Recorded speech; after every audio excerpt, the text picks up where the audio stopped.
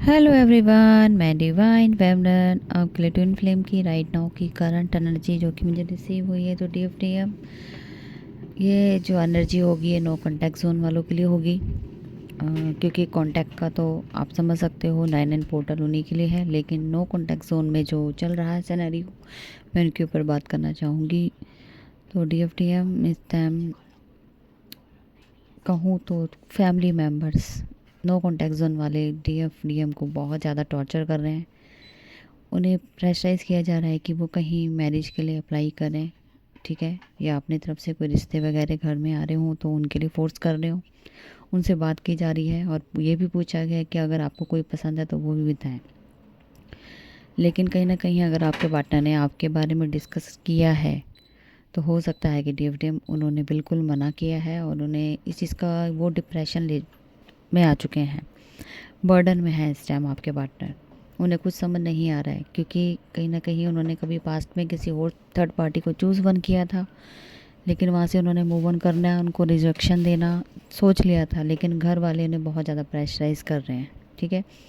तो उनसे पूछा जा रहा है कि अब क्या करें। उनका जितना उनको डिप्रेशन हो चुका है आपके लिए, ठीक है, आपसे नो कांटेक्ट होने के बावजूद या पेरेंट्स के कहने पे उन्होंने आपको इग्नोर किया, झूठ बोला या कुछ भी किया हो, तो उसका डिप्रेशन में जो आपके पार्टनर चले गए हैं, बर्डन ले रहे हैं किसी टाइप का, तो मैं कहूँ उनकी हालात इस टाइम ठीक नहीं है। क्योंकि उनके जो पेरेंट हैं या उनकी मदर हो सकती हैं या फादर भी कह सकते हो, जिन्होंने उन्हें मेटलिक्स चीज़ों की तरफ पुश किया आपसे दूर जाने के लिए, ताकि आपका ध्यान वहाँ पर हो, और कुछ ना कुछ ऐसी सामाजिक बातें कह के बिलीफ सिस्टम उनका ऐसा बना दिया कि वो मजबूर हो गए आपको रिजेक्शन देने में। तो कहीं ना कहीं ये थर्ड पार्टी का जो नो कॉन्टैक्ट जोन वालों के लिए रोल दिख रहा है, अब कहीं ना कहीं उनकी हालत ऐसी है कि उनके पेरेंट्स को उन पर अब सोचना पड़ चुका है कि अगर ऐसे हालात रहे तो हमारे बेटे की लाइफ का क्या होगा, ठीक है। ये कहीं ना कहीं ब्लेसिंग है जो कि चेंज होती हुई नज़र आ रही है। पहले वो अगेंस्ट थे लेकिन अब वो उनकी हालात देख के मजबूर हो चुके हैं, और कहीं ना कहीं ज़बरदस्ती या तो उनको पहले प्रेशराइज़ कर रहे थे, लेकिन अब वो चाहते हैं कि अपनी मर्ज़ी से बताओ आप कहाँ करना चाहते हो, लेकिन डिसीज़न लो तो पॉसिबल, मतलब पूरा परफेक्ट लो। इस तरीके से उन्हें मजबूर किया जा रहा है, मजबूर भी कहो और पूछा भी जा रहा है, क्वेश्चन भी किए जा रहे हैं। इस टाइम आपके पार्टनर कंट्रोल में कंट्रोल कर रहे हैं अपने आप को। दो सिचुएशन में हो सकते हैं कि भाई पेरेंट्स की बात मान लूँ, कहीं और कर लूँ, तो मेरे डीएफ के साथ गलत होता है। और डीएफ कहीं ना कहीं बहुत पावरफुल पोजीशन में है, क्योंकि कहीं ना कहीं उनके साथ बहुत ज़्यादा जातियाँ हुई हैं, बहुत ज़्यादा गलत किया है डीएम ने। तो कहीं ना कहीं डीएफ भी अपनी मूव ऑन कर चुकी है या पावर में है। इस टाइम दोनों ही तरफ उनके दिमाग में यही चल रहा है कि अगर मैं डीएफ के पास जाता हूँ तो ईगो ऑपरेट हो जाता है कि ईगो, अब कैसे मैं अपनी माफ़ी मांगूँ या कैसे बोलूँ कि मैंने ही अपनी बाउंड्री क्रिएट की थी, थर्ड पार्टी के कहने पे मेरे पेरेंट्स की बेइज्जती होती है। तो भी कहीं ना कहीं ये दोनों सारी चीज़ें मैटर कर रही हैं। यहाँ पे आना चाहते हैं लेकिन कैसे आए, खुद का किया हुआ बिहेवियर और पेरेंट्स के द्वारा बुलवाया गया झूठ और खुद की बाउंड्री क्रिएट कर देना सोसाइटी फिर के अकॉर्डिंग। तो कुछ डीएफडीएम तो मेरे को लगता है एडिक्शन में चले गए होंगे, जो कुछ अल्कोहलिक टाइप की चीज़ें या सीक्रेट कह लो अगर मैन है तो, और कुछ गर्ल्स हैं जो कि हो सकता है कि कुछ मेटलिक्स चीज़ों में ज़्यादा ही इन्वॉल्वमेंट फिज़िकल लेवल पे आ चुकी हो। कुछ भी हो सकता है, यहाँ पे दोनों की बात कर रही हूँ मैं। तो यहाँ पे बाउंड्री क्रिएट तोड़ने का टाइम आ चुका है। अगर आप नो कॉन्टैक्ट जोन में या कॉन्टैक्ट में आना चाहते हो तो आपको ये सब बाउंड्री तोड़नी पड़ेंगी डीएफडीएम।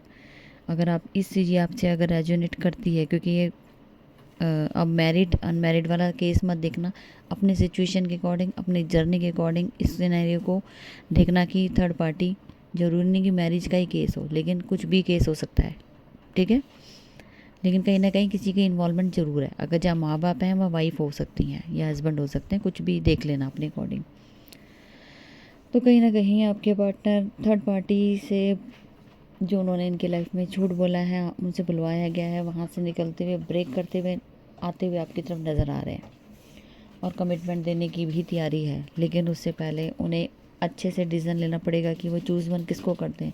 इस टाइम ये डिवाइन टेस्ट बोल सकते हो आप इनको, क्योंकि डिवाइन इंटरवेंशन चल रहा है ऑलरेडी। रोका उनको कहीं ना कहीं दोनों में, एक होता है कंपैरिजन कह लो या चूज़ वन किसको करना है, third party parent husband wife, या अपनी डीएफ या डीएम, ये चूज़ वन करना है। कंपैरिजन चल रहा है, अब वो माइंडसेट अपना सबकॉन्शियस माइंड और एडिक्शन ये दो हीलिंग्स हैं यहाँ पे जो मुझे दिख रही हैं, क्योंकि आपके पार्टनर कहीं ना कहीं डिप्रेशन में आके एडिक्शन का सहारा ले चुके हैं, और जिनको एडिक्शन की हीलिंग लेनी हो वो हीलिंग ले सकते हैं, ताकि आपके पार्टनर वहाँ से निकले, क्योंकि बहुत नियर बाई हो आप 10-10 पोर्टल की। नेक्स्ट मंथ आपका 10-10 पोर्टल ही है। तो अगर आप चाहते हो आपके पार्टनर अवेकन हो 11 डायमेंशन में, आपको पता लग जाए आपका पार्टनर कौन है, तो ये दो हीलिंग अभी सबकॉन्शियस माइंड और आपका एडिक्शन हीलिंग, ये दोनों लीजिए, ताकि वो डिसीजन ले पाएँ और सेकंड वो एडिक्शन से बाहर आ जाए। ठीक है जी।